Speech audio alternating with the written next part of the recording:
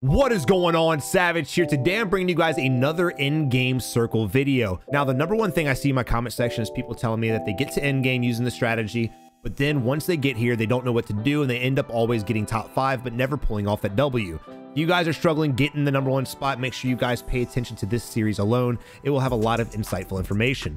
But before we get into the video, if you have not already, make sure you subscribe to the channel, join the Wolfpack today, and also leave a like on the video. Let's get this video to 600 likes. And if you guys are tired of playing with randoms, make sure you join the Discord today. People are in there getting W's and meeting people to play with. Make sure you don't miss out. Don't play this game by yourself. It can be a bitch. But without further ado, let's go ahead and dive into the video. All right, here we are spectating Carson Wentz. Let's just pray to God that his skill level is higher than that of Wentz himself. Seems like the name's actually pretty fitting. So here we are watching just Wentz put on a spectacular display of dominance. Oh yeah. This is what we like to see right here. I'm not going to make fun of him. All right, we got a kill. Now, one thing I want you guys to notice right now, if you're ever in this position where you're hiding behind cover, or you're just behind cover in general, you don't necessarily have to be hiding. But if you're near cover and you go to shoot a target and there's another enemy right behind them, and then there's another enemy, make sure you're keeping your crosshair as close to the cover as you can. Basically, what I'm trying to say is Carson Wentz needs to step over a little bit. That way he didn't get up by his homeboy back there while he's going for the execute. Also, make sure you guys are not going for the execute when their teammate is literally 6 feet away from them without cover. He could have easily have gotten a double kill right here. He could have easily waited for the other guy to come around. Yes, he would have been out of ammo, but he could have probably 1v1'd him with a pistol. This guy here was already low on ammo, and he just went for the full-fledged execution and gave no shits about nothing. That right there alone in itself is a bad thing. We'll go ahead and continue, but we will get into circle rotation later after this. And he got shot from behind. Okay, I actually probably should have talked about circle rotation before that, because I was about to say that same exact shit.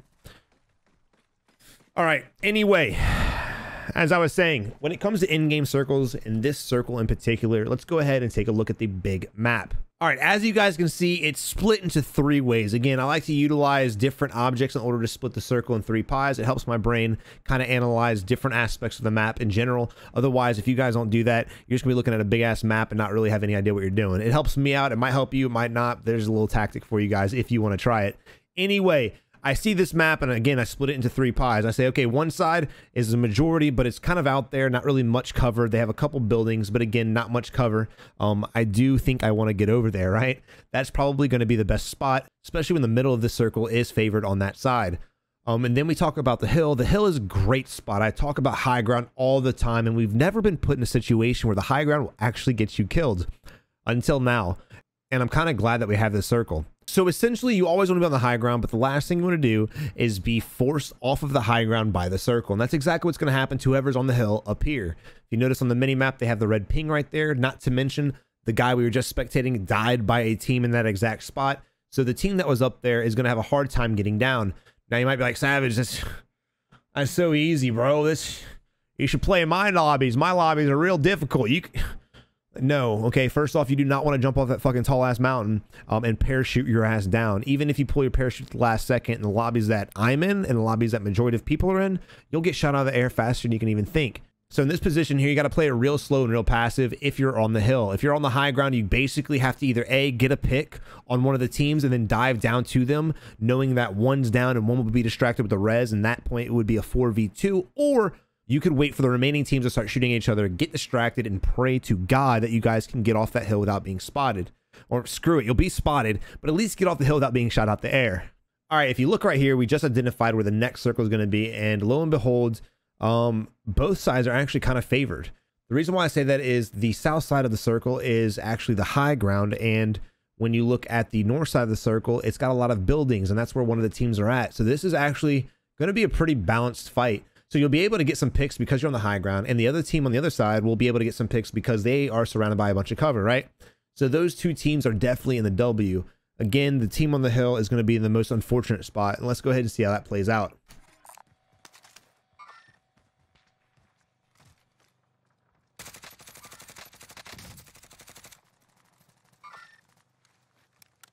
All right, lo and behold, as they're trying to make their way down safely without using the parachutes, they're getting shot because, again, they're on the edge of the hill and there's not much cover up there. Yeah, they're on the high ground, they can go prone, but if they try to move, they'll get beamed and they have to move. So they really don't have much of an option. Oh, shit. Well, GG's to that dude. Teammate just wrecked him with the cluster.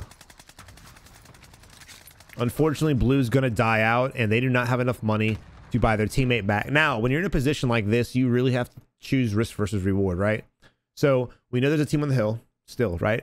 There's definitely a team on the hill, and we don't know if there's a team on the south side of the map or not, but we assume there's one in front of us. If this were me, I'd be feeling pretty confident. There's 3 teams left and there's 6 players, so you have the majority. It's a 3v2v1, right? So I don't really think it's worth going out there to get money and hopefully come back to the buy station and buy a teammate. So you got to be very careful putting your team in a position where they're kind of separated because you're doing that. Now, if we also look at the map, what this team is doing wrong is Purple's by himself in a very, very, very wanted spot, right? So he's by the buy station. That's where everyone's going to want to go to. It's got the buildings, it's got the cover, it's got the buy, it's got everything they need. So that's where they're going to want to go. So leaving Purple there by himself puts you guys in a risk because you're in a 3v2v1. But if that duo pushes Purple by himself and Purple can't hold his own, you're then in a 2v2v1 and you're losing teammates just by separating. Now, I like the fact that you did try to go res your teammate, but you all should have moved together so y'all could have fought that team together, so y'all could probably have gotten that res up. But unfortunately, because you were having to engage the team on the hill and none of your teammates came with you, your teammate bled out and died, and y'all really shouldn't have been in this position in the first place.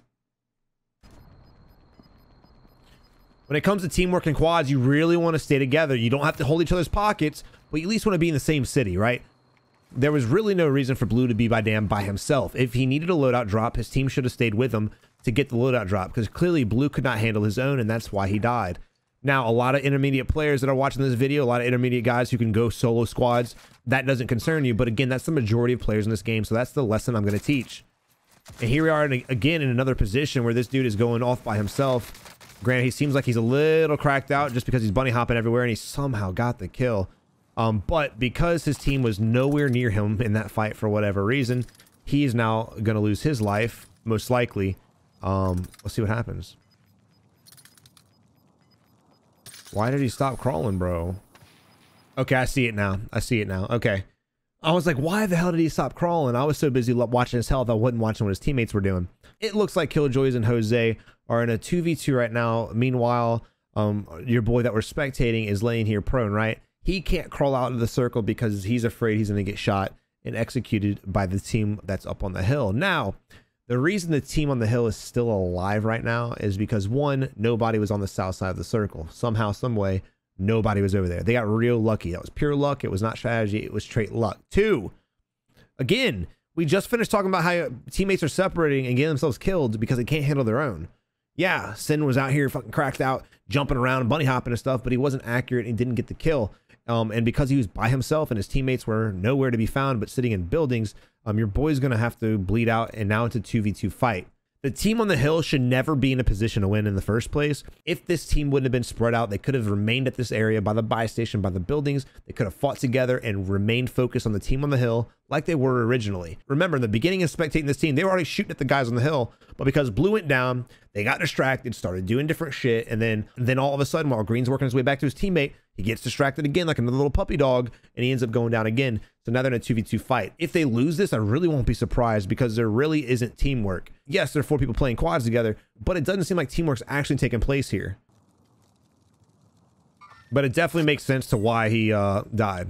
So like I was saying, now we're in a 2v2 situation, and we've really f***ed up. Dude, these guys are going to throw the game right now. Yeah, Homeboy had 11 kills. He's got 15 kills. That's cool. But again, dude, this was just a bad showmanship of teamwork. They gave up the best building in the circle. They originally had that building, and they gave it up, dude.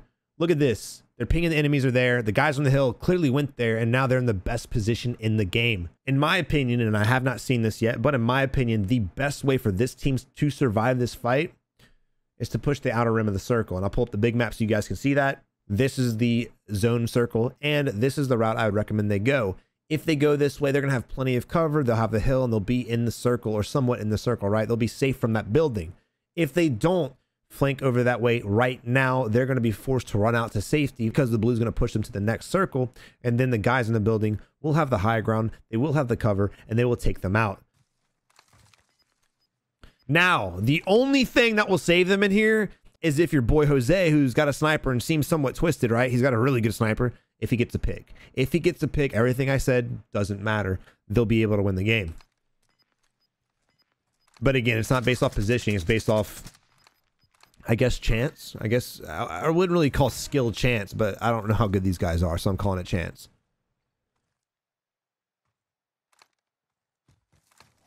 So if you're in the enemy's position right now, you need to have one guy on one side of the building, whether he's on the roof, whether he's on the second floor, somewhere in that area. And then you need to have another guy on the other side of the building watching that way. There's no reason that Killjoys and Jose should have been able to push to the building when they have 1, 2, 3, 4, 5 windows looking at them, 1 open door, and an entire rooftop. Oh, wait, and then 2 doors right here.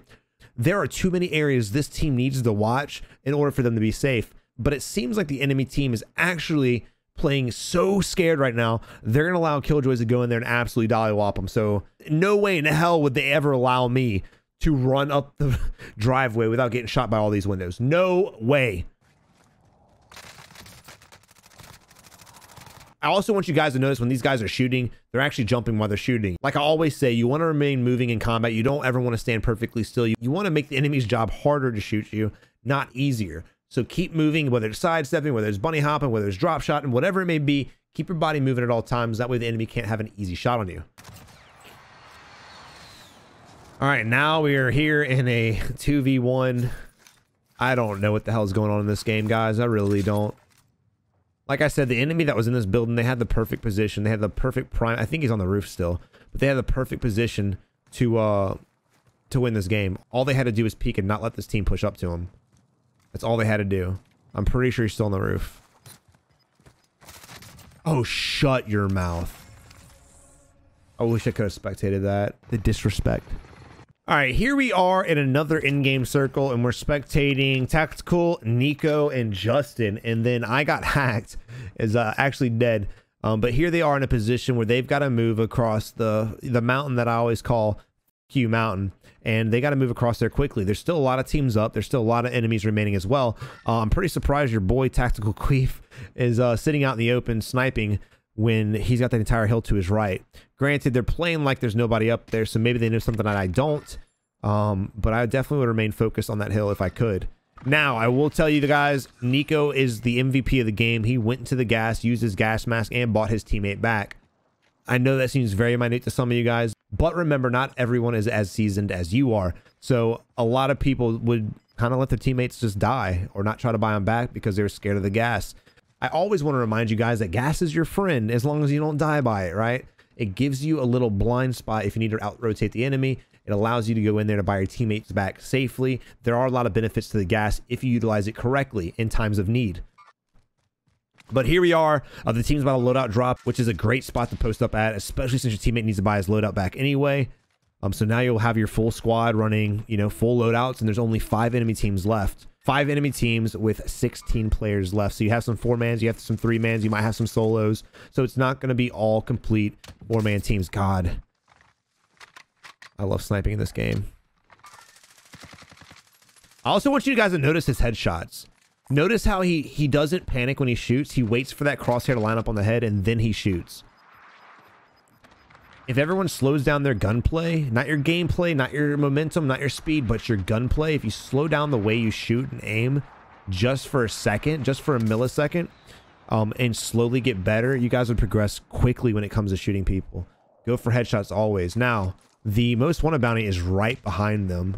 Oh my God. Oh, that was terrible. Okay. If you're in a position where you're downed, hey, Savage killed him. Good shit, Savage. Let's go. If you're in a position where you're downed and you're getting shot at, tell your teammate to let you crawl behind the tree and then have him pop the res. He was vulnerable as hell, and I'm really surprised the sniper didn't take your teammate out. He went for the execute instead, which is honestly stupid. He could have had 2 kills instead of 1, but you know, that's what he gets for being thirsty. But regardless, you should have crawled behind the tree and allowed your teammate to res you there. And now we're in a position here where I don't know who's left, who's alive.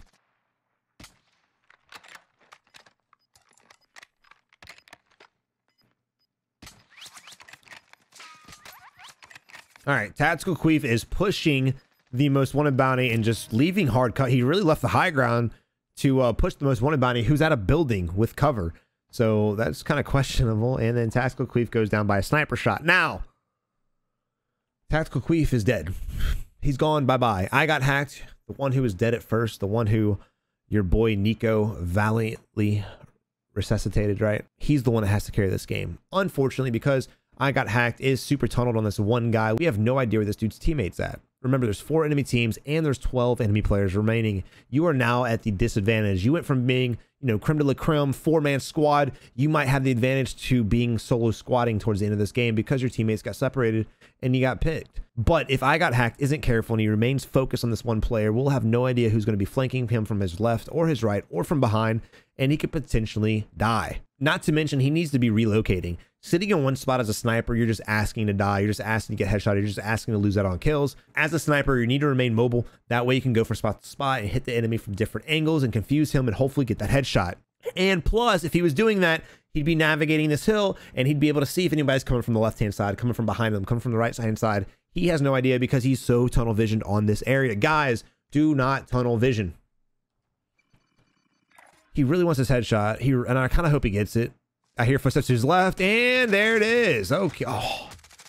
All right, but here we are spectating J-Rock, who is in a pretty decent spot. Now, let's talk about this. Let's talk about the circle for a second, because it could go both ways. This is a very, very evenly sided circle. There's pros and cons to both sides, right? Yes, the hill we're on does have more trees. It is a higher ground, but the other circle has more ridges and it has a few buildings as well. So this is pretty evenly fought.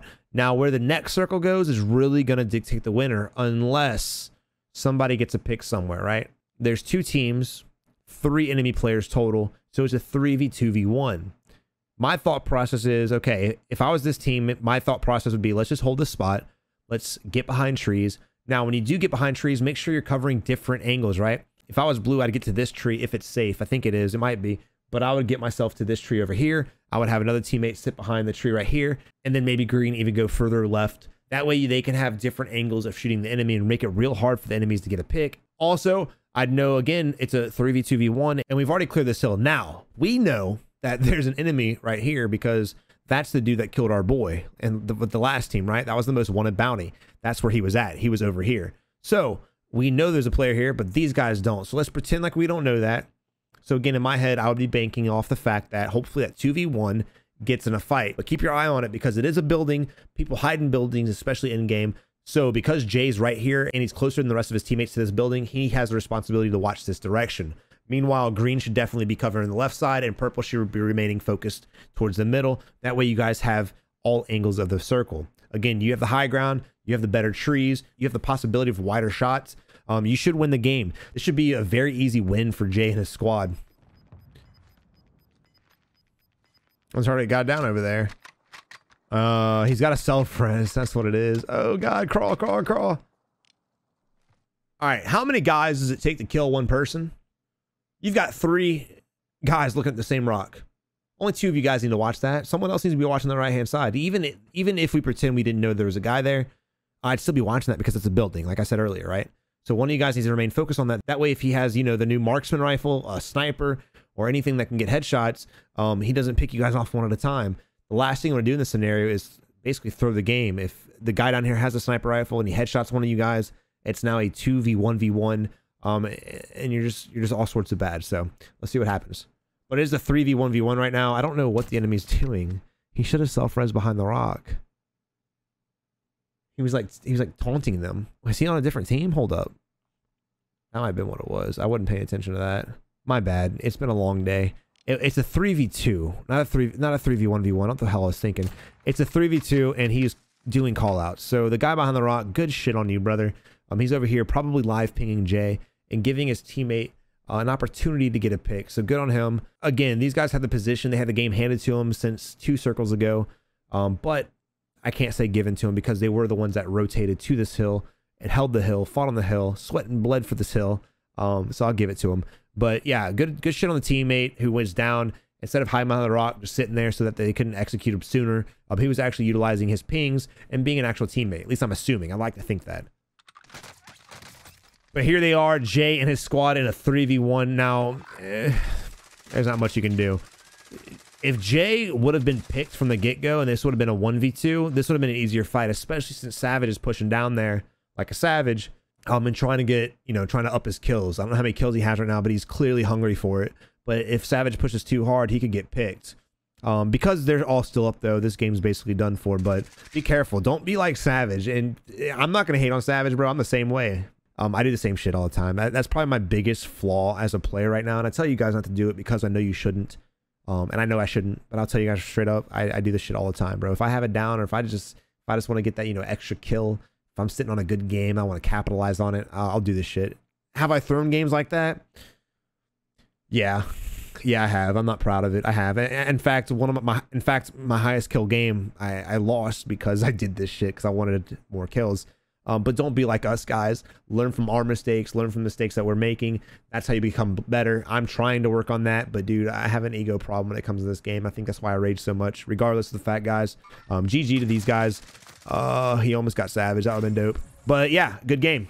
But, guys, thank you for watching the gameplay. I really hope these in-game situations are helping you guys grow as players. Again, a lot of you guys can just get better at aim and better at movement with practice and with time. But when it comes to in-game strategies and trying to predict the next circle and trying to learn the next circle, it could be a real frustrating process if you don't have a little bit of help. So I really hope these videos are helping you guys. If they are, please let me know in the comment section below. I'm also curious to see what your KDs have gone from. We've had a lot of people tell me their KDs in the comment, what they used to be and what they are now. And I love to see the drastic jumps. So some of them doubling, tripling, and even a couple quadrupling. So it's absolutely awesome, man. I really hope that one day you guys will all be better than me. I know some of you guys already are. So it just makes me happy knowing that we have a community out here in the Call of Duty world that it's actually working together and becoming a family. But guys, anyway, y'all have a good one. Thank you guys for tuning in. Until next time, boys, good luck in Warzone. Thank you for watching. I really hope you enjoyed the video. If you did, don't forget to subscribe to the channel, leave a like on the video, and make sure you check out one of these two of my favorite videos. And also, again, click here to subscribe to the channel. Y'all have a good one and keep on improving.